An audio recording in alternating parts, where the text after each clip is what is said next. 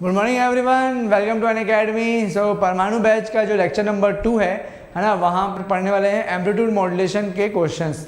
ठीक है, तो कल हम लोगों ने एम्पलीट्यूड मॉड्यूलेशन के बहुत सारे डिफरेंट क्वेश्चंस किए थे और थ्योरेटिकल पार्ट यानी फार्मूला को रिवाइज किया था। अब हम लोग यहाँ पे क्वेश्चंस को डिस्कस करने वाले हैं। ठीक है, तो before starting the session let me introduce myself. So this is Saket Verma and I have done MTech from IIT Guwahati and cracked PSU exams like airport authority of India, DRDO and Bharat electronics limited. I am having more than 11-year experience in the field of GATE and ESE, and I have mentored more than 25,000 students in the country. So I take subject like a communication system, EMFT and advanced communication system. And yes, अगर आप ये दोनों subject को बहुत अच्छे से learn करना चाहते हो तो आप जुड़ सकते हो अनअकैडमी प्लस में यूजिंग द कोड साकेट10। अब इस कोड को अप्लाई करते ही आपको प्लस का सब्सक्रिप्शन मिलेगा। प्लस के सब्सक्रिप्शन में आपको लाइव क्लासेस मिलती हैं, क्रैश कोर्स मिलता है और साथ में आपको रैंक इंप्रूवमेंट बैच मिलता है। ये तीनों बैच के अलावा अगर कोई भी PSU का बैच बनेगा तो वो भी आपको एक्सेस करने मिलेगा। साथ में हर बैच में आपके 4th क्लास डाउट सॉल्विंग होते हैं और हर वीक एक टेस्ट होता है। तो ये सारी चीज़ों के अलावा ये सब बैचेस जो हैं वो इंग्लिश और हिंदी दोनों ही लैंग्वेज में अवेलेबल होते हैं। आइकॉनिक में हम लोग के पास 2 एक्स्ट्रा फीचर ऐड हो जाते हैं, मेनली कि पर्सनल कोच आपको एक्स्ट्रा मिल जाएगा। मतलब एक कोच मिलेगा जो आपके डेली के प्लानिंग को पूरा गाइड करेगा, आपके टेस्ट को एनालाइज करके देगा और साथ में आपके लिए जो भी वीकेस्ट टॉपिक है उसके लिए एक सेपरेट सेशन कंडक्ट करवाया जाएगा कि वो टॉपिक में एक्चुअली क्या प्रॉब्लम आ रही है, वो सारी चीज़ों को आपको रिजॉल्व किया जाएगा। साथ में आपको स्टडी मटेरियल भी मिल जाता है। 1 ईयर, 1.5 ईयर और 2 ईयर का अगर आप प्लस सब्सक्रिप्शन लेते हैं यूजिंग द कोड साकेट10 तो ये आपको 29,205, 37,170, 42,480 में पड़ेगा। सिमिलरली अगर आप आइकॉनिक में जाते हो तो आपको 1 ईयर, 1.5 ईयर और 2 ईयर का ऑप्शन यहाँ पे भी है। In the iconic subscription using the code साकेट10 आपको 10% का इंस्टेंट डिस्काउंट, मेरा मेंटोरशिप और साथ में एक पर्सनल कोच मिलेगा। इसके बाद अगर आप आ जाओ कि कॉम्बैट आज आपने दिया होगा सुबह, मतलब अभी आपको देना है ना, राइट? सुबह 11 बजे आपको आज कॉम्बैट देना है, इंडिपेंडेंस डे है। तो yes, happy independence day to all of you again. ठीक है, तो यहाँ पे हम लोग देखते हैं 15 अगस्त यानी आज आपको सुबह 11 बजे कॉम्बैट देना है। कॉम्बैट में फ्री ऑफ कॉस्ट एनरोल करने के लिए भी यही कोड यूज़ करना है। ठीक है, और बैच जो है हमारे पास 2 न्यू बैच स्टार्ट हुए हैं। फर्स्ट है आपका एक्सेलरेट बैच और दूसरा है आपका आरोहण बैच। एक्सेलरेट बैच में आपका रैंक इंप्रूवमेंट होगा और रैंक इंप्रूवमेंट बैच में फास्ट ट्रैक मोड में कोर्स चलेगा और आरोहण बैच में आपका कंट्रोल सिस्टम चल रहा है जो कि गेट 23 और ESE 23 को टारगेट करते हुए है और इलेक्ट्रॉनिक्स और इलेक्ट्रिकल दोनों ही ब्रांच के स्टूडेंट्स इसको एक्सेस कर सकते हैं, मतलब फॉलो कर सकते हैं। ठीक है, और accelerate batch, rank improvement batch, EMFT for electrical students, it has been started by the Vishal Soni sir in the evening 8:30 PM। ठीक है, ये हुआ था स्टार्ट आपका 11th अगस्त से। तो 11th अगस्त से स्टार्ट हुआ था। आपको कोड यही लगा के यूज़ कर लेना है। विशाल सर भी मिल जाएंगे, मैं भी मिल जाऊंगा आपको, क्योंकि कोड लगा है मेरा तो मैं आपको गाइड करूंगा, विशाल सर आपको पढ़ाएंगे। तो इस तरीके से आपके इलेक्ट्रिकल या इलेक्ट्रॉनिक्स के स्टूडेंट EMFT पढ़ सकते हैं बाय विशाल सर। ठीक है, 11th अगस्त से स्टार्ट हो चुका है। आप स्पेशल क्लास के फीचर्स के बारे में अगर अवेयर नहीं हो तो सबसे पहले तो आप अनअकैडमी लर्निंग ऐप डाउनलोड कर लो और उसमें अपने नंबर से रजिस्टर कर लेना और उसके बाद जब रजिस्टर करोगे तो कोई भी वीडियो एक्सेस करते समय कोड मांगेगा तो वो कोड आप अप्लाई कर देना साकेट10, पहला चीज़। उसके बाद आप जब वीडियो को एक्सेस करोगे तो आप देखोगे कि वहाँ पे इंटरेक्शन बेटर होता है, क्योंकि यूट्यूब में हम लोग कमेंट पढ़ते हैं, उतना ज़्यादा बेटर इंटरेक्शन नहीं कर पाते। पोल्स आप लोगों को यहाँ पे मिलेंगे, है ना, मतलब एक लाइव पोल क्रिएट होगा जहाँ पे आपका रैंकिंग देख सकते हो आप इमीडिएटली, ऑप्शंस आपको दिए जाएंगे और you never miss A class because her class के पहले नोटिफिकेशन आपको दिया जाता है एंड लेक्चर नोट्स आपको प्रोवाइड किए जाते हैं और साथ ही साथ आप देखते हो कि आप कहीं से भी इसको एक्सेस कर सकते हो, मोबाइल हो, टैब हो, है ना, कहीं से भी आप इसको एक्सेस कर सकते हो, लैपटॉप हो, डेस्कटॉप हो। और अगर आपको कुछ भी इनअप्रोप्रिएट कंटेंट मिलता है तो आप उसको डिस्क्रिप्शन में जाके एक फॉर्म दिया है उसको भी फिलअप करके बता सकते हैं। ठीक है, तो अब आते हैं हम लोग क्वेश्चंस पे। जो कौन कौन से क्वेश्चंस हम लोगों को सॉल्व करने चाहिए बार के अकॉर्डिंग, तो मैंने यहाँ पे आपके लिए करीब 20 से 25 क्वेश्चंस का कलेक्शन रखा है और अगर ये 20 क्वेश्चन आप सॉल्व करोगे तो मुझे लगता है एम्पलीट्यूड मॉड्यूलेशन में आपको कहीं पे दिक्कत नहीं आएगी। ठीक है, तो ये क्वेश्चन मैं आपको देता हूँ, सॉल्व इट। और क्योंकि सॉल्व इट, सो जो पहला क्वेश्चन है मैं आपके साथ पढ़ते जाता हूँ। For an AM signal, the bandwidth is 10 kHz and the highest frequency component present is 705. The carrier frequency used for this AM signal. So AM signal के लिए carrier की frequency क्या होगी ये आपको बताना है और आपको bandwidth of AM signal दिया हुआ है। So bandwidth of AM signal क्या होता है?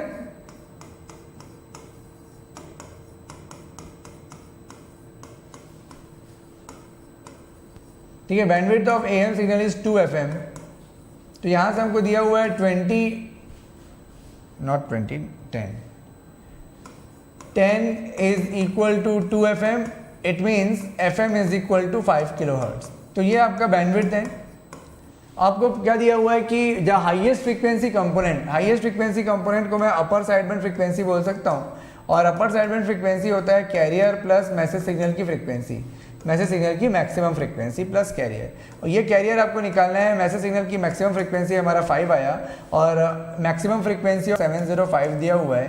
तो यहाँ से हमारा कैरियर का फ्रीक्वेंसी आ जाएगा 700 किलोहर्ट्ज। तो ये हमारा आंसर होगा। ठीक है, ठीक।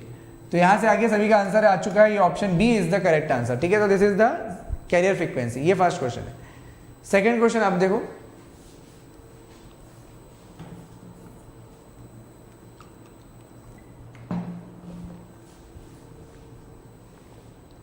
The original spectrum of a message contains 100 Hz, 200 Hz frequency component। तो एक मैसेज सिग्नल है जिसमें दो फ्रीक्वेंसी कंपोनेंट है। It is amplitude modulated by a carrier of 0.9 kilohertz. Which frequency components are contained in the amplitude modulated signal spectrum? So amplitude modulated signal spectrum में कौन कौन से फ्रीक्वेंसी कंपोनेंट होंगे? तो जब हम लोग किसी सिग्नल को एम्पलीट्यूड मॉडुलेट करते हैं तो कौन कौन सी फ्रीक्वेंसी प्रेजेंट रहती है? पहला कैरियर फ्रीक्वेंसी, दूसरा अपर साइडबैंड फ्रीक्वेंसी, तीसरा मतलब लोअर साइडबैंड फ्रीक्वेंसी। मतलब बहुत सारे अपर साइडबैंड फ्रीक्वेंसी हो सकते हैं, बहुत सारे लोअर साइडबैंड फ्रीक्वेंसी हो सकते हैं। जितने मैसेज सिग्नल होंगे, जितने मैसेज सिग्नल की फ्रीक्वेंसी होगी उतने अपर साइडबैंड और उतने लोअर साइडबैंड होंगे।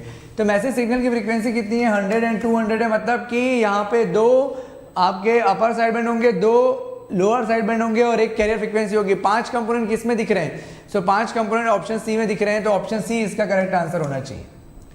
ठीक है, क्योंकि इसमें कोई भी चीज सप्रेस नहीं हो रहा है। ये एक प्योर एम्पलीट्यूड मॉडुलेटेड सिग्नल है, प्योर एम्पलीट्यूड मॉडुलेटेड सिग्नल है। कुछ भी चीज सप्रेस नहीं किए हो, इसका मतलब तो यही है कि कैरियर भी प्रेजेंट होगा, अपर साइडबैंड भी और लोअर भी।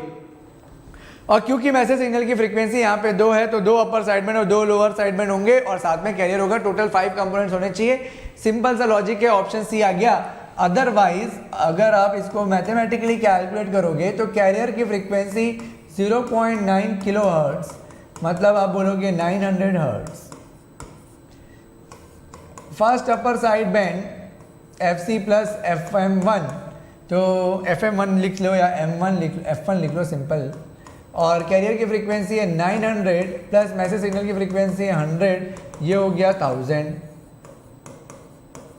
ठीक है, कैरियर की फ्रीक्वेंसी प्लस मैसेज सिग्नल की फ्रीक्वेंसी है F2, ये हो गया 900 प्लस 200, तो आ गया 1100। ठीक है, तो 900, 1000, 1100 देखो ये सब आ गया। और FC माइनस F1 ये लोअर साइड में जनरेट करेगा 900 माइनस 100 आ गया 800, तो ये भी आ गया। और फिर FC माइनस F2 कर दो तो 900 माइनस 200 इज इक्वल टू कितना? 700। यस, सो ये आपके आंसर्स है। तो मैं वैसे भी आपको लॉजिक बता दिया था, तो आप डायरेक्ट वहाँ से निकाल सकते थे। अगर आप आंसर कैलकुलेट करना चाहो मैथमेटिकली तो ये आपका प्रोसीजर होगा। नेक्स्ट क्वेश्चन पे आते हैं। तो 2 अलग अलग टाइप के क्वेश्चन हो गया। एक बैंडविड्थ से रिलेटेड हो गया, दूसरा आपका फ्रीक्वेंसी से रिलेटेड हो गया कि कौन कौन से फ्रीक्वेंसीज प्रेजेंट होंगे। नेक्स्ट आ जाते हैं थर्ड क्वेश्चन पे। ठीक है, तो चलो सॉल्व करो इस थर्ड क्वेश्चन को।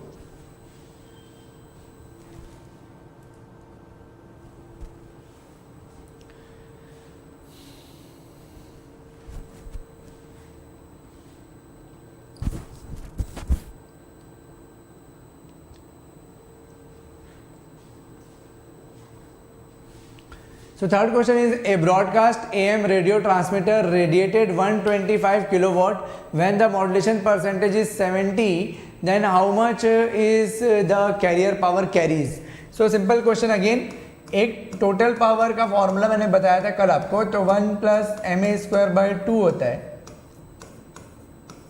ठीक है, अब देखो ये दिया हुआ है 70%, तो मॉड्यूलेशन इंडेक्स की वैल्यू आपको 70% दी हुई है। इसको मैं 0.707 मान लेता हूँ फॉर टाइम बीइंग। ठीक है, 0.707 1/√2 के इक्वल होता है। ठीक है, तो 1/√2 मान लेते हो इस कैलकुलेशन इजी करने के लिए। तो टोटल पावर आपको 125 दिया हुआ है कैरियर पावर, एंड 1 + 1/√2 का स्क्वायर मतलब 1/2, 1/√2 का स्क्वायर 1/2, और ऑलरेडी वहाँ 2 है तो 1/4 हो गया। अब यहाँ पे आपको कैरियर की पावर निकालनी है, तो ये आ गया 125 डिवाइडेड बाय 5/4, यानी कि कितना 525 × 4 100 वाट, तो ये आ गया 100 किलोवाट, 100 किलोवाट आएगा, क्योंकि जो 125 है वो किलोवाट में था, तो 100 किलोवाट, तो ऑप्शन डी आ जाएगा। ठीक है, बहुत सिंपल। और कैसे मैं इसको मॉडिफाई किया आप यहाँ पे देख सकते हो, क्योंकि कैलकुलेटर अलाउ नहीं रहेगा, तो आपको बिना कैलकुलेटर के सॉल्व करना है, तो कुछ ऐसे एजम्पशंस आपको लेने पड़ेंगे जहाँ से आप अप्रॉक्सीमेट बेटर कर सको। ठीक है, चलो ठीक है।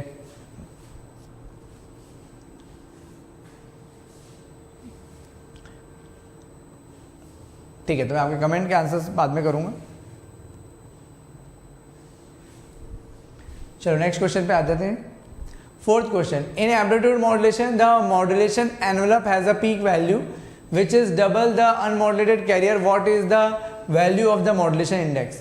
मॉड्यूलेशन इंडेक्स की वैल्यू बताना है, और ये बोल रहा है कि जो पीक वैल्यू है which is equal to the unmodulated carrier value का डबल, अनमॉड्यूलेटेड कैरियर वैल्यू का डबल है। ठीक है, सो अनमॉड्यूलेटेड कैरियर वैल्यू का डबल है कौन, मॉड्यूलेशन एनवेलप। तो एनवेलप की वैल्यू क्या होती है, ई मैक्स, ये होता है AC 1 + MA, ये हम लोगों ने कल देखा था। ठीक है, अब इसमें एनवेलप की जो वैल्यू है वो ट्वाइस ऑफ कैरियर एम्पलीट्यूड है, क्योंकि यहाँ पे बोल दिया अनमॉड्यूलेटेड कैरियर वैल्यू मतलब AC, सो अनमॉड्यूलेटेड कैरियर वैल्यू का डबल है तो 2AC, तो यहाँ से आ गया 2AC = AC 1 + MA, और अगर आप कैलकुलेट करोगे तो यहाँ से MA की वैल्यू 1 आएगी, मतलब मॉड्यूलेशन इंडेक्स 100%, ऑप्शन डी। ठीक है, 2 लाइन का सॉल्यूशन।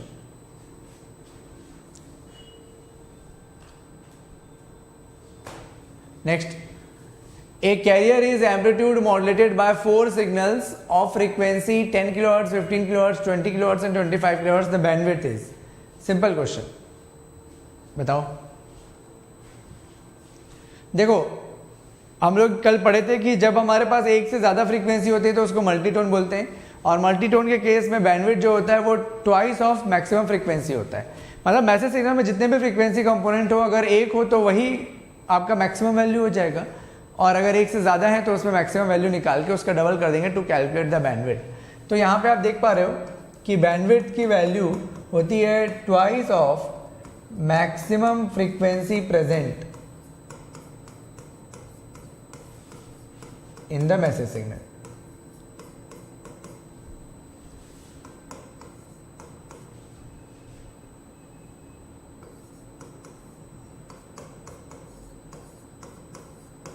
ठीक है, मैक्सिमम कितना है 25, सो डबल कर दो 50, ये हो गया आपका आंसर। ठीक है, next question number 6, if 2 signal modulate the same carrier with different modulation depth of 0.3 and 0.9, the resulting modulation signal will be, the resulting modulation signal will be over modulated, or the resultant modulation index 1, या modulation index 0.82, या modulation index around 0.95। तो again this is the case of multitone, because एक से ज़्यादा frequency component जब भी involve होता है तो उसको हम लोग मल्टीटोन का केस बोलते हैं। और यहाँ पे आप देख रहे हो कि 2 सिग्नल्स आ गया, और जो कि मॉड्यूलेट कर रहे हैं एक ही कैरियर को, यानी कि मल्टीटोन का एग्जाम्पल है। ठीक है, तो मॉड्यूलेशन इंडेक्स ओवरऑल कितना होता है, MA total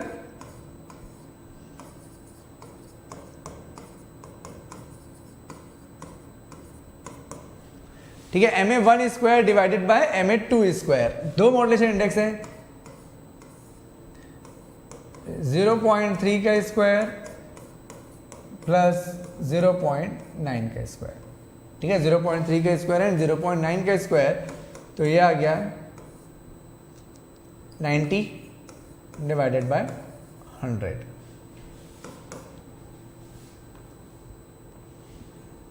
so this is 3 divided by √10। √10 की वैल्यू कितनी आएगी, 3 पॉइंट समथिंग आएगा। सो 3 पॉइंट जस्ट 3 से थोड़ा सा ज़्यादा आएगा, तो जस्ट 3 से थोड़ा सा ज़्यादा मतलब उसको डिवाइड करोगे तो 0.9 के आसपास आना चाहिए, तो इसकी वैल्यू आएगी 0.95। ठीक है, लॉजिक लगा के सॉल्व करना। तो इसका करेक्ट आंसर होगा 0.95 ऑप्शन डी। ठीक है, सॉल्व करो इसको। नेक्स्ट क्वेश्चन मैं आपको देता हूँ, सॉल्व इट।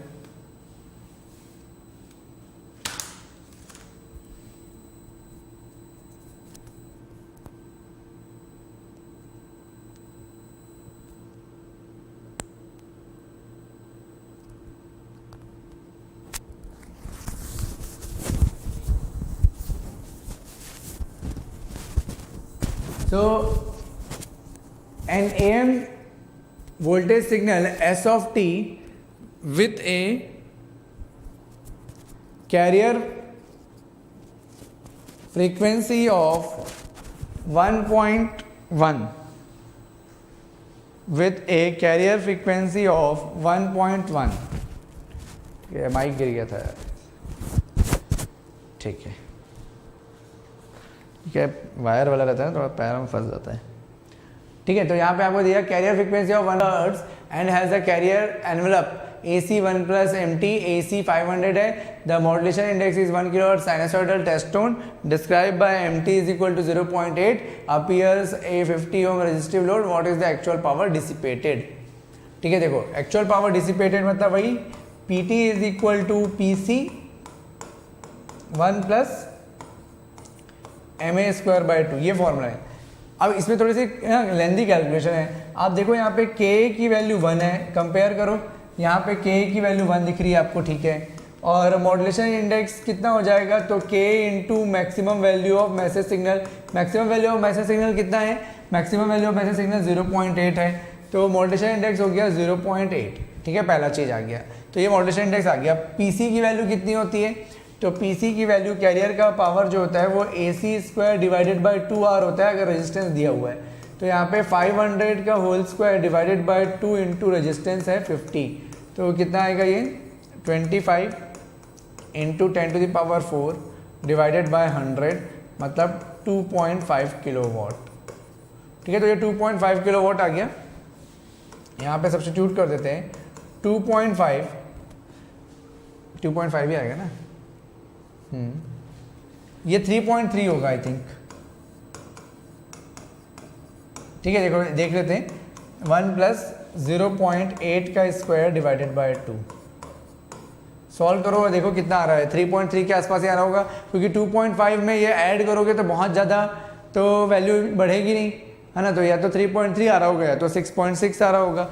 मेरे को तो ज़्यादा चांसेस 3.3 के ही लग रहे हैं। तो आप इसको एक बार चेक करो और बताओ कितना आ रहा है। इसको कैलकुलेट करना इन हैंड, है ना, इन हैंड कैलकुलेट करना, मतलब कैलकुलेटर का यूज़ मत करना। ठीक है,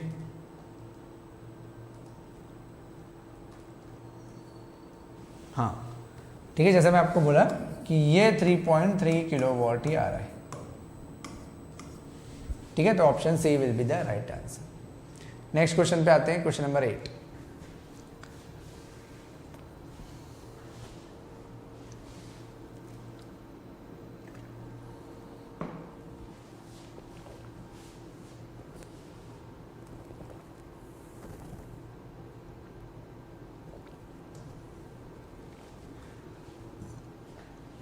ठीक है, what is the power contained in the single sideband transmission when the carrier power is 1 kilowatt and the modulation index is 0.3? तो power contained in SSB अगर याद नहीं है तो कैसे लिखना है, देखो अगर मान लो आपको याद नहीं है कि SSB का कितना पावर होता है, तो आप ये याद रखो कि PC 1 प्लस MA²/2 तो होगा, ये तो याद रखना ही है, क्योंकि ये याद नहीं होगा तो फिर तो मतलब आप AM के कोई भी क्वेश्चन नहीं बना पाओगे, क्योंकि मैक्सिमम क्वेश्चन इसी फॉर्मूले से आते हैं, है ना। अब देखो PC यानी कि कैरियर पावर, और जो बच गया PC MA²/2 हो गया। अब यहाँ पे अगर आप देखोगे तो पहला जो है वो आपका डिनोट कर रहा है कैरियर का पावर। ठीक है, ये आपका डिनोट कर रहा है कैरियर का पावर, और ये जो आपका है वो डिनोट कर रहा है साइड बैंड का पावर।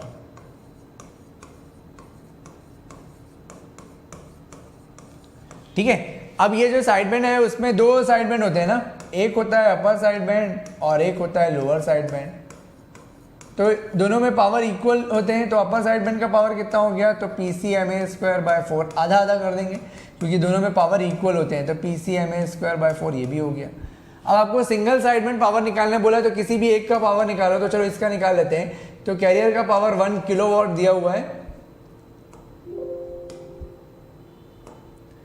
मॉड्यूलेशन इंडेक्स 0.3 है डिवाइडेड बाय 4, तो 9/40 9/40 मतलब आ गया आपका 22.5, और ये 1000 भी है, ये 1000 है ना एक्चुअली, ये 1 किलोवाट है ना, तो ये 1000 भी है, तो यहाँ पे लिख देता हूँ, देखो 1000 ये 1 किलोवाट है यानी 10⁻³ है, तो यहाँ से आ जाएगा 3 डिवाइडेड बाय 400 इंटू 3, तो ये आएगा 22.5 है ना, यहाँ से ये 2 0 कट गया, तो ये कितना आ गया 90 डिवाइडेड बाय 4 इज 22.5, सो 22.5 वाट।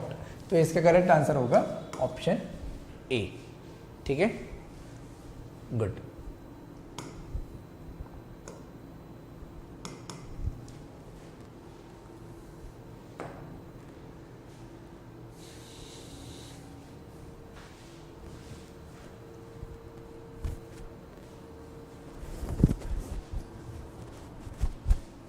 ठीक है, the antenna current of AM transmitter is 8 ampere when only carrier is sent, but it increases to 8.93 when the carrier is modulated.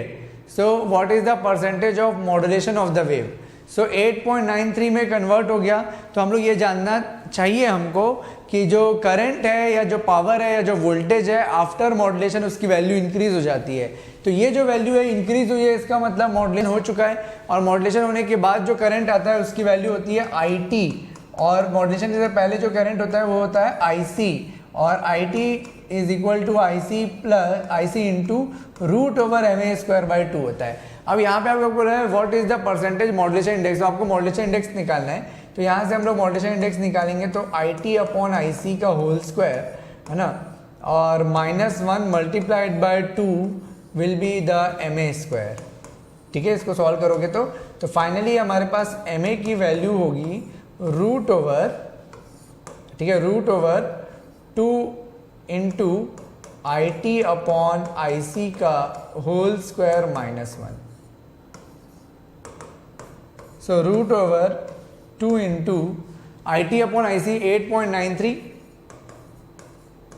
Divided by 8, इसका होल स्क्वायर -1, फिर उसको मल्टीप्लाई बाय 2 करना, इसको निकालो रफली कितना आएगा, 1.1 माइनस 1 0.1 और इंटू 2 यानी कि 2/10, तो 2/10 यानी कि आप बोलो √2 divided by 1.414 divided by 3, half के आसपास, मतलब हाफ थोड़ा सा ज़्यादा हो गया क्या, 1 एक बार देख लेते हैं, √0.2 करके देखते हैं कितना आता है रफली, ये आ रहा है, ये तो हाफ के आसपास आ रहा है, तो मतलब हम लोग कुछ मिसिंग किए क्या, 1, अच्छा हाँ बहुत बड़ा चीज़ मिसिंग है कि 1.1 माइनस 1 नहीं होगा, 1.1 का स्क्वायर यानी कि 1.1 का स्क्वायर हो गया आपका 121, तो 1.21 मतलब 0.21, सो 0.4 हो गया, 0.2 भी माने तो 0.4 डिवाइडेड बाय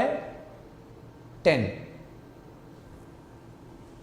मतलब 4/10 ना, 1/√5। ठीक है, मतलब ये रफली आ रहा है 1/√5।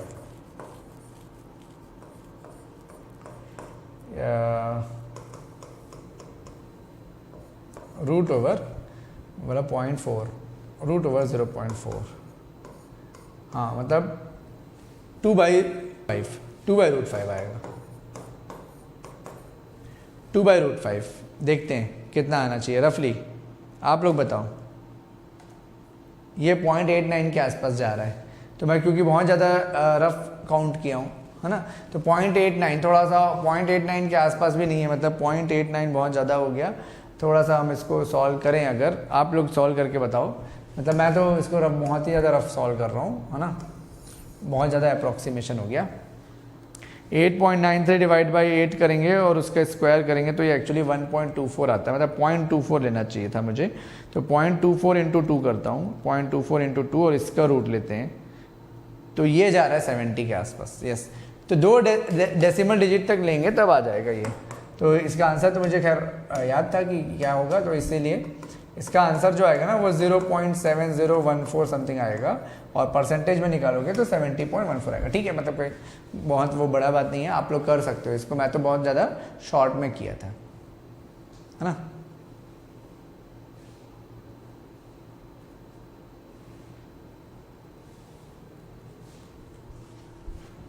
चलो नेक्स्ट क्वेश्चन।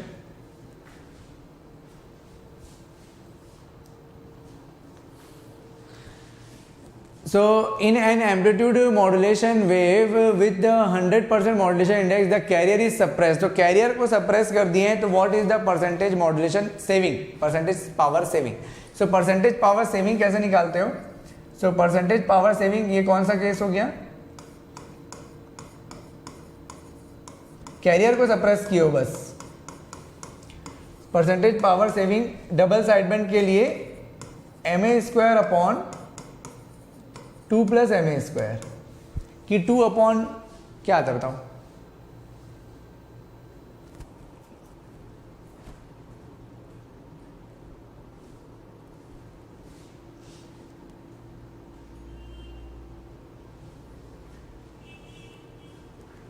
हाँ 2 आएगा ना, ठीक, बिल्कुल ठीक। 2 अपॉन, ठीक है, ये परसेंटेज में तो मल्टीप्लाई बाय 100 भी करो, सो ये आ जाएगा 66.67%। ठीक है, अगर फॉर्मूला याद नहीं है तो सिंपल है ना। परसेंटेज पावर सेविंग क्या, carrier divided by carrier 1 plus ma² by 2। तो अगर आपको फॉर्मूला याद नहीं आ रहा है तो ये आ जाएगा यहाँ से 2 प्लस ma²। ठीक है, तो ma² upon 2 plus ma² is the formula of efficiency, not power saving. ठीक है,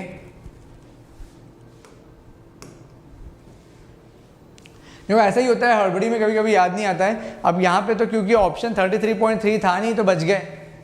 ठीक है, 33.3 आ नहीं तो बच गए, और वैसे भी हमको पता है कि 33.33 तो आ ही नहीं सकता क्योंकि 33.33 तो मैक्सिमम एफिशिएंसी होती है इन केस ऑफ AM। इसीलिए मैं यहाँ पे 1 सेकंड के लिए पॉज ले लिया कि मैंने फॉर्मूला क्या लिख दिया है। ठीक है, तो फिर मैंने देखा कि फॉर्मूला मैंने गलत लिख दिया है, और वो डिराइव करना चाहें तो हम आराम से डिराइव कर सकते थे, कोई बहुत बड़ी चीज़ नहीं थी। ठीक है, नेक्स्ट आ जाते हैं। A 1000 watt carrier is amplitude modulated and has a sideband power of 300 watt, then the depth of modulation is। Sideband power आपको दिया हुआ है और आपको कैरियर पावर भी दिया हुआ है, तो डेप्थ ऑफ मॉड्यूलेशन निकालना है। देखो sideband power divided by carrier power का जो रेशियो होता है वो मॉड्यूलेशन इंडेक्स के स्क्वायर के डिवाइड बाय 2 के इक्वल होता है क्या? और sideband power is 300 and it is your 1000, ma² will be 2 multiplied with this, so ma is equal to कितना, √/0.6। ठीक है, अब देख लो कितना आएगा √/0.6। अगेन √6 डिवाइड बाय 10, तो √6 आपका 2 पॉइंट समथिंग में चला जाएगा और ये 3 पॉइंट, सो 2 डिवाइड बाय 3 तो 66, मतलब इसी के आसपास आना चाहिए। 0.77 में भी चेक करो।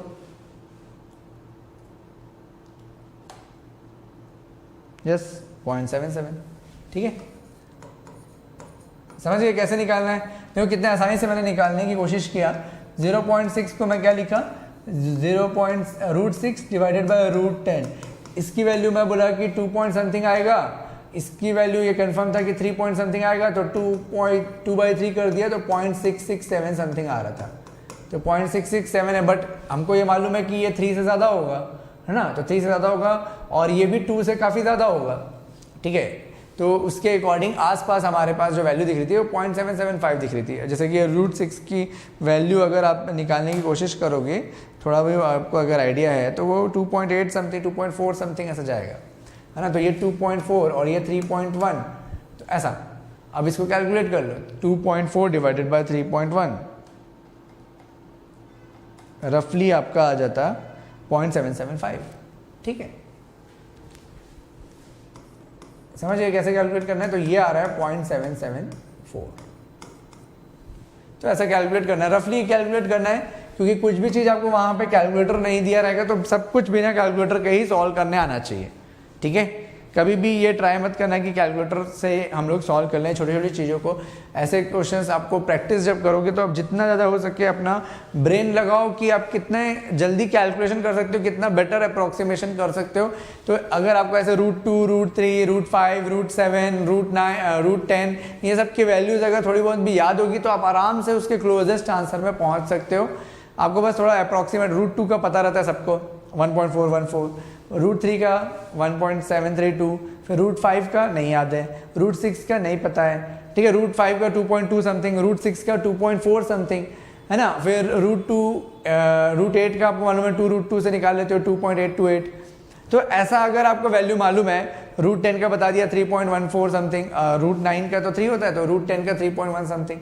तो अगर आपको 1 से लेके 10 तक के रूट्स के वैल्यू अगर अप्रॉक्सीमेटली भी पता है ना, तो आप आराम से काफ़ी कैलकुलेशन इन हैंड कर सकते हो। आपको ज़रूरत नहीं पड़ेगी कैलकुलेटर की, क्योंकि अब ये इस टाइप के जो क्वेश्चंस सेट करते हैं ये लोग, उसमें बहुत ज़्यादा कैलकुलेशन नहीं देते हैं, बट ऐसा कैलकुलेशन देते हैं जहाँ पे थोड़ा बहुत छोटा मोटा वैल्यू आपको अगर अप्रॉक्सीमेट करना आ गया तो आपके लिए काफ़ी आसान हो जाएगा क्वेश्चन सॉल्व करना। ठीक है, चलो तो नेक्स्ट क्वेश्चन पे आते हैं। हम लोग को टोटल 26 क्वेश्चन करने, 11 में हो गए। A 100 volt carrier peak changes from 160 to 40 by a modulating signal, then modulation factor। बहुत आसान क्वेश्चन। देखो कैरियर का एम्पलीट्यूड जो होता है वो मैक्सिमम एनवेलप से लेके मिनिमम एनवेलप तक मूव करता है ना। यानी कि ये जो कैरियर का पीक वैल्यू है वो चेंज हो रहा है मैक्सिमम से मिनिमम वैल्यू तक। तो हम लोगों ने मॉड्यूलेशन इंडेक्स का कल फॉर्मूला पढ़ा था, Emax माइनस Emin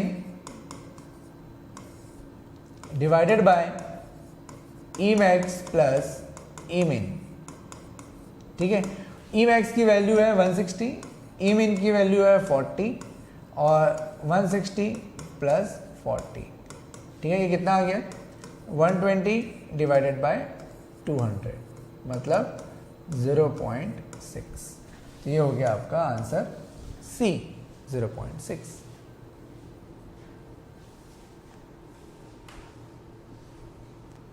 ठीक है, तो इस टाइप के फॉर्मूला बेस्ड क्वेश्चंस आपको जरूर देखने को मिलते हैं।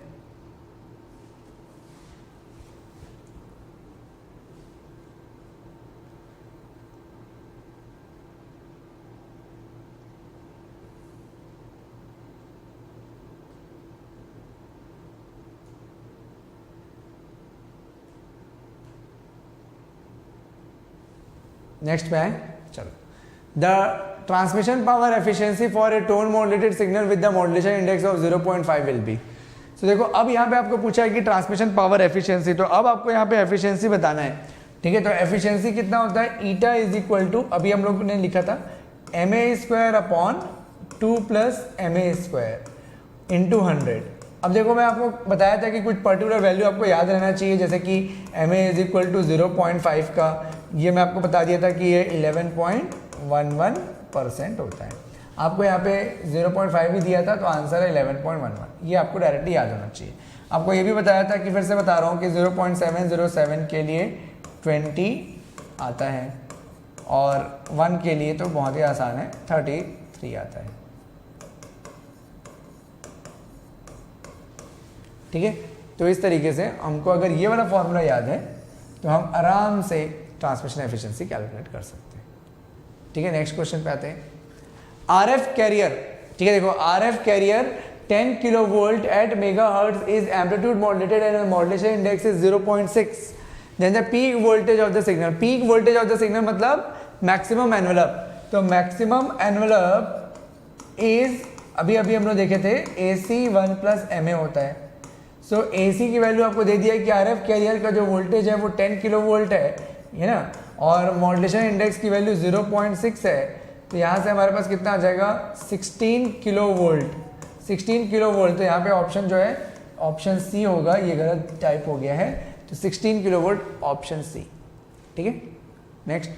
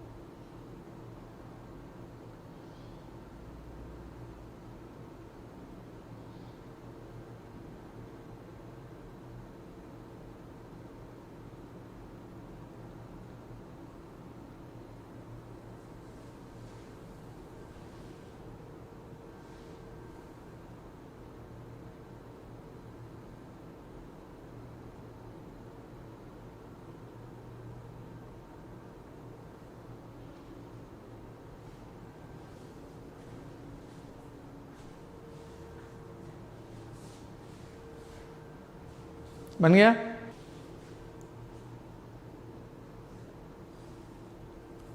ठीक है, चलो। तो जैसा कि मैं देख रहा हूँ कि आंसर काफ़ी आ गए। तो if AM index changes from 0.5 to 0.7 what would be the change in the ratio of the transmitted power to the carrier power? देखो, ratio of transmitted power to the carrier power is given by 1 plus modulation index का square divided by 2। ये हमारा relation है। अब आपको बोल रहा है कि ये जो रेशियो है उस पर कितना चेंज हुआ है ना, 0.5 से पॉइंट किए तो चेंज इन द रेशियो। तो चेंज इन द रेशियो मतलब आपका है PT upon PC second case में minus PT upon PC first case में। तो यहाँ से हमारा 1 प्लस सेकेंड केस का मॉड्यूलेशन इंडेक्स का square minus 1 minus first case का मॉड्यूलेशन इंडेक्स का स्क्वायर। तो यहाँ से आ गया MA2 का स्क्वायर माइनस MA1 का स्क्वायर डिवाइडेड बाय 2। ठीक है, तो MA2 मतलब कितना 0.7 और MA1 कितना 0.5। ठीक है, 0.7 से 0.5 का स्क्वायर डिवाइडेड बाय 2, तो ये हो गया 0.49 0.25। तो 0.49 माइनस 0.25 इज 0.24, तो 0.24 डिवाइडेड बाय 2 इज 0.12। तो चेंज कितने का होगा? 0.12 का। ये हो गया आपका ऑप्शन सी। ठीक है, ऐसा समझ में आया? बहुत आसान सा क्वेश्चन था, 1 मिनट के अंदर सॉल्व होने वाला क्वेश्चन। ठीक है, ये next, a double sideband suppressed carrier signal is generated using the carrier signal cos omega ct plus theta and modulating signal is empty. What is the envelope of the double sideband? देखो, envelope detector double sideband signal को कैसे detect करेगा? तो double sideband signal हो empty cos omega सीटी, जो भी input में आप देते हो एनवेलप डिटेक्टर के, हमेशा वो उसके एनवेलप को डिटेक्ट करता है। तो एम्प्टी कॉस ओमेगा सीटी, देखो ये जो डबल साइडबैंड सिग्नल है वो कितना होगा? तो एम्प्टी कॉस ओमेगा सीटी प्लस थीटा होगा। अब इसका जो एनवेलप है वो क्या है? एम्प्टी है। तो एनवेलप डिटेक्टर का जो आउटपुट होगा, output of envelope detector is mod empty, क्योंकि एनवेलप के मैग्नीट्यूड को बस वो डिटेक्ट करेगा। तो ऑप्शन बी इसका करेक्ट। ठीक है, ये हो गया। ये सर्किट डायग्राम किसका दिख रहा है? देखो, ये क्वेश्चन नंबर 17 है। This circuit diagram is looking like a which circuit diagram? मैंने कल आपको बताया था, मतलब कौन कौन से टेक्निक्स होते हैं which generate the double sideband. तो ये मैं आपको बताया था कि डबल साइडबैंड सिग्नल में एक बैलेंस मॉड्यूलेटर होता है और एक रिंग मॉड्यूलेटर होता है। तो सबसे पहले तो जैसे ही मैं आपको बोल दिया कि ये double sideband suppress carrier signal का सर्किट डायग्राम है, तो यहाँ पे डबल साइडबैंड सिग्नल जनरेट करने का मतलब है कि FC प्लस FM यानी कि अपर साइडबैंड और FC माइनस FM मतलब कि लोअर साइडबैंड। ठीक है, तो ये अपर साइडबैंड हो गया, ये लोअर साइडबैंड हो गया। अपर साइडबैंड कैरियर की फ्रीक्वेंसी कितनी है? ये है वैसे सिग्नल की फ्रीक्वेंसी और कैरियर की फ्रीक्वेंसी है 1 मेगाहर्ट्ज। तो किलो हर्ट्ज पे लिखूंगा तो 1000 और 0.4 मतलब कितना आ गया? 1000.4। और लोअर साइड में लिखेंगे तो 1000 माइनस 0.4 कितना आ गया? 999.6। तो 999.6 एंड 1000.4 किलो हर्ट्ज में option D would be the correct answer. ठीक है, नेक्स्ट क्वेश्चन आ जाओ, ये वाला।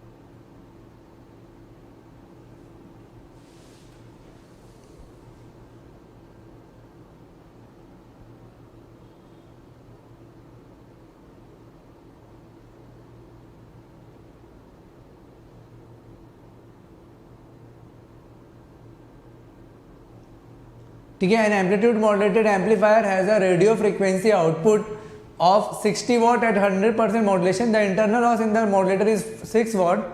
What is the unmodulated carrier? देखो, इंटरनल लॉस 6 watt हो चुका है, उसके बाद वो 60 watt रेडिएट कर रहा है, मतलब एक्चुअल ट्रांसमीटर में कितना जनरेट हुआ होगा? तो टोटल पावर इज 66 रहा होगा और ये हो जाएगा 66 1 plus M A square divided by 2। Carrier power आपको निकालना है 66 divided by 1 plus modulation index 100%, तो 1/2, तो ये आ जाएगा 44 वाट, है ना। तो इसका करेक्ट आंसर हो गया ऑप्शन डी। ठीक है, समझ में आया कैसे? देखो एक मॉड्यूलेटर था, है ना, ट्रांसमीटर साइड पे एक मॉड्यूलेटर था, उसने टोटल 66 वाट पावर जनरेट किया। अब 66 वाट पावर अपने जनरेट करके दे दिया, लेकिन क्योंकि सर्किट में कुछ लॉसेस थे तो 66 में से 6 ही रेडिएट हो पाया। तो वही वो बोल रहा है, amplitude modulator amplifier has a radio frequency output 60 वाट। तो 60 वाट ही आपके आउटपुट में निकल पाया, आपने जनरेट 66 किया था और उसमें लॉस 6 वाट का हो गया। तो टोटल कितना जनरेट आपने किया था? 66, लॉस कितने का हो गया? 6 का। तो मतलब 60 बचेगा, तभी तो वो ट्रांसमिट हुआ। तो टोटल पावर के हिसाब से हम लोग मॉड्यूलेशन इंडेक्स निकालेंगे, क्योंकि जब 100% मॉड्यूलेशन हुआ था तब इतना पावर जनरेट हुआ था 66, तो उसके अकॉर्डिंग कैरियर पावर कितना रहा होगा? 45। आप इसमें 60 में और 54 माइनस कर दोगे तो आपका आंसर कुछ और आ जाएगा, 36 आ जाएगा। ठीक है, अगर आप ये 60 वॉट दिया हुआ है, इंटरनल लॉस 6 वॉट बोल के 54 हो गया, तो आपके अकॉर्डिंग 54 टोटल रेडिएटेड पावर है। तो टोटल रेडिएटेड पावर नहीं है, तो हमको टोटल रेडिएटेड पावर 60 वॉट बोल रहा है, बट जनरेट तो आप ज्यादा किए हो।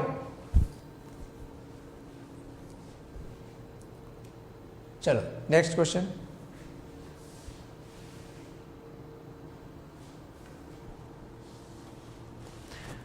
Which of the following is the most correct statement? फटाफट बताओ। AM should be greater than AC, AC should be greater than AM, AM should be less than or equal to AC, और AC must always equal AM।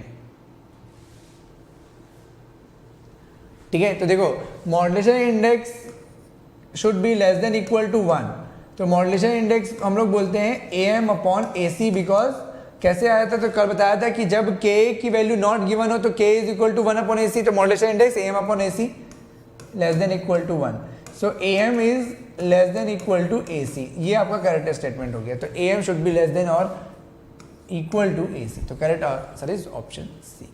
ठीक है, next, which of the following is not another name of modulation index? Modulation index इसमें किसको नहीं बोलते हैं?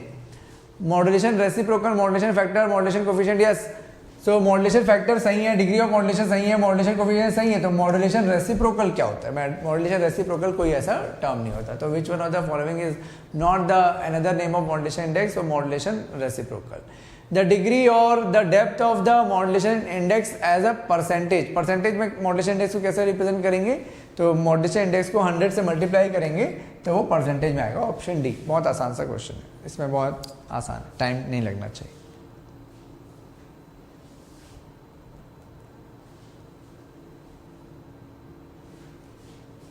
ठीक है, नेक्स्ट आ जाते हैं। एन AM सिग्नल या AM wave displayed on an oscilloscope has a values E max and E mean, तो परसेंटेज मॉड्यूलेशन। तो ये तो इजी क्वेश्चन है, ये हम लोग कर चुके हैं, रिपीटेड टाइप का क्वेश्चन हो गया। E max minus E mean divided by E max plus E mean, तो ये हो गया 3.8 माइनस 1.5 डिवाइडेड बाय 3.8 प्लस 1.5, तो कितना आएगा? 2.3 एंड 4.3, नहीं 5.3 ना, 2.3 डिवाइडेड बाय 5.3 कितना आना चाहिए बताओ? 0.5 से थोड़ा ज़्यादा, क्योंकि इसमें तो ऑप्शन नहीं दिया, बट खैर आपको एग्जाम में दिया रहेगा तो उसकी चिंता नहीं है। ऑप्शन रहता तो अपन अप्रॉक्सीमेट निकाल लेते।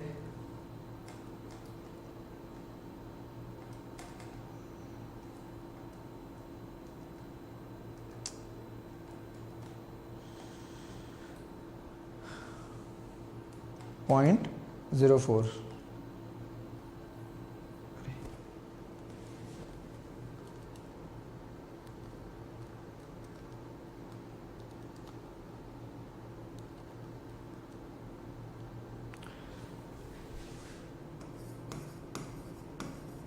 43.4%।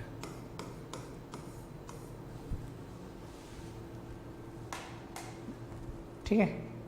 Next, to achieve 85% modulation of a carrier of AC modulating this AM की वैल्यू क्या होगी? तो ठीक है, कोई बहुत बड़ा बात नहीं है, हम लोग निकाल लेंगे AM अपॉन AC से, ठीक है। 0.85 AM 40, ठीक है, कितना आ जाएगा? 5 इंटू 4 कर लो, 85 इंटू 40 कर लेते हैं ना, तो ये आ जाएगा 5 इंटू 4 हो गया 20,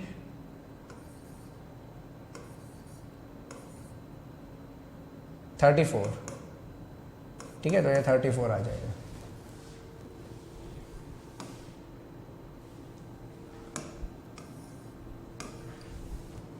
चेक कर लो, सही है।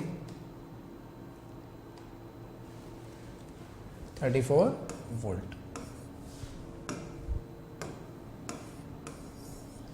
ठीक है।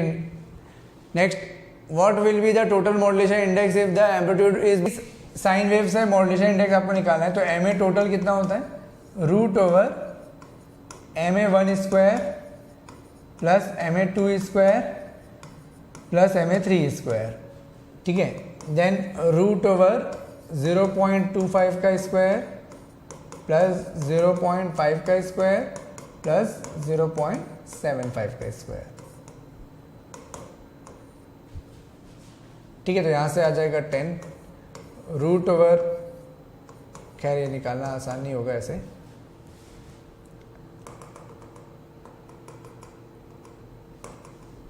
ठीक है। 75 का स्क्वायर करोगे, सबका स्क्वायर करोगे, फिर उसको रूट निकालना थोड़ा सा मुश्किल हो सकता है, ठीक है। तो निकालो इसको, कितना आएगा आपके अकॉर्डिंग अप्रॉक्सीमेटली, अप्रॉक्सीमेट वैल्यू बता दो कितना आ जाएगा, ठीक है। ये आ जाएगा 0.93, ठीक है। करेक्ट आंसर है option B. Next, a balance modulator eliminates which of the following from its output? Balance modulator eliminates which of the following from its output? Balance modulator double sideband suppress carrier generate करता है, तो किसको eliminate करता है? Career को eliminate करता है। Balance modulator eliminate the carrier. The most suitable method for detecting the modulated signal, इसको रिकवर करने के लिए कौन सा मेथड सबसे बेस्ट होगा? Envelope detector, synchronous detector, ratio detector. Ratio detector FM के लिए यूज होता है, तो ऑप्शन सी नहीं होगा। सिंक्रोनस डिटेक्टर और envelope detector, envelope detector use होता है आपका modulation index less than equal to 1 के लिए, ठीक है। अब बच गया क्या? Option B. पहले देखिए मॉड्यूलेशन इंडेक्स कितना है, तो इसमें हम लोग 2.5 अगर मैं कॉमन निकाल लूँ तो ये 1 + 5 upon 2.5 cos of omega MT and then cos of omega CT होगा, ठीक है। तो यहाँ से हमारे पास आ जाएगा 2.5 1 + 2 cos omega MT into cos omega CT है। तो यहाँ पे मॉड्यूलेशन इंडेक्स कितना आ रहा है? 2 आ रहा है। तो मॉड्यूलेशन इंडेक्स 2 आएगा, तो लेस देन 1 के लिए एनवेलप डिटेक्टर, रेशियो डिटेक्टर हो नहीं सकता, तो सिंक्रोनस डिटेक्टर ही इसका करेक्ट आंसर होगा।